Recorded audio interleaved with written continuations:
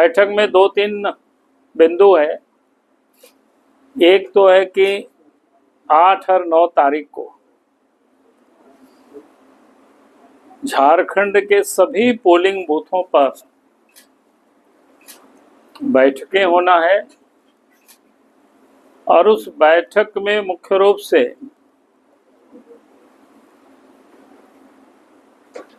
मतदाता सूची का या बूथ का उसका पुनर्समीक्षा करने की है।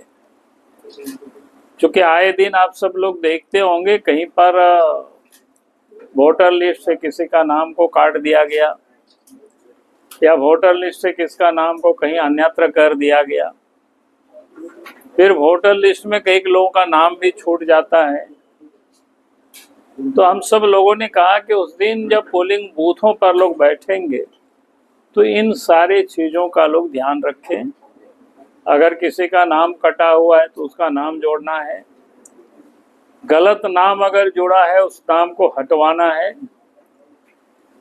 किसी भी पोलिंग बूथ से अगर उनके जहां पहले बूथ थी नज़दीक में और उनको अगर कहीं अन्यत्र भेज दिया गया है तो उसको भी ठीक करना है।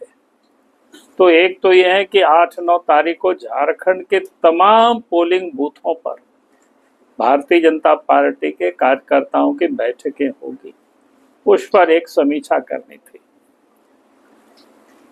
उसके बाद दूसरा जो कार्यक्रम है 15 सितंबर इस देश के प्रधानमंत्री आदरणीय नरेंद्र मोदी जी जमशेदपुर टाटा महानगर वो आ रहे हैं।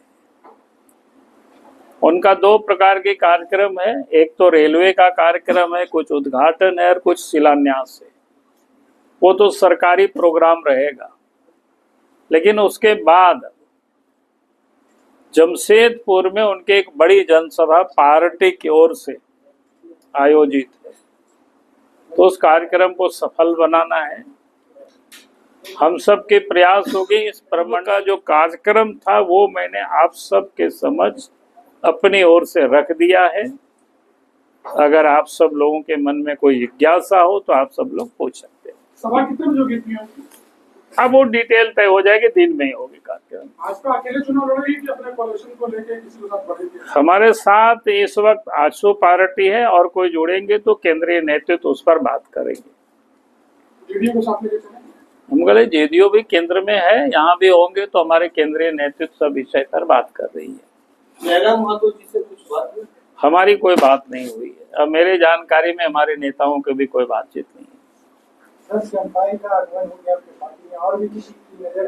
आगे देखती हैं, अभी तो वो आए हैं, आगे और कौन आते हैं थोड़ा सा इंतजार करिए।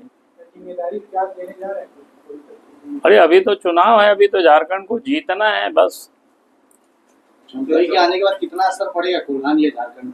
देखिए स्वाभाविक है कि आप देखेंगे जिन लोगों ने अपनी पूरा जीवन झारखंड मुक्ति मोर्चा को दिया, आंदोलन से लेकर के राज्य निर्माण तक,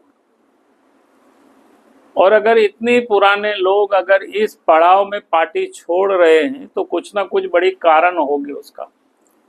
हमने उन लोगों से बात करते रहे हैं तो एक ही बात लोग बोलता है कि भाई जिस उम्मीदों के साथ झारखंड हम लोगों ने बनाया था और हेमंत सोरेन जब मुख्यमंत्री बने तो लग रहा था कि हम लोग ठीक से काम करेंगे, विकास होगा, लेकिन हेमंत सोरेन के मुख्यमंत्री बनने के बाद दलाल, बिचौलियों और भ्रष्ट अफसरों से हेमंत सोरेन बुरी तरह से घिर गए।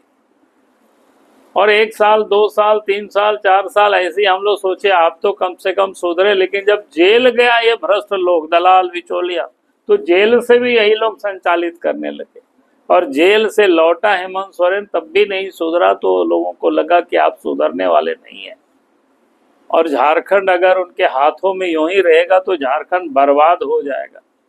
झारखंड को बर्बादी से बचाने का एक ही रास्ता वो है भारतीय जनता पार्टी, और उस कारण से भारतीय जनता पार्टी में आए, चंपई सोरेन आए, लोविन हेम्ब्रम आए, तो स्वाभाविक है जब इतनी पुराने जो संघर्ष के जो साथी रहे अगर वो पार्टी में आते हैं तो उनके साथ और भी लोग जुड़ रहे हैं तो उसका लाभ तो पार्टी को मिलेगा।